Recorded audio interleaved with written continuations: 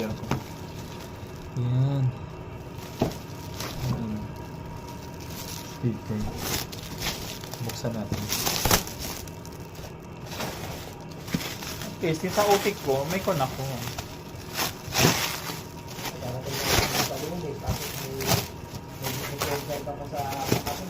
Yung rep ko, darating yung rep ko next week. Ha? Yung rep ko na on-order, darating yun. Sinugan din yun. Oo, next week. Magkano yun? 600.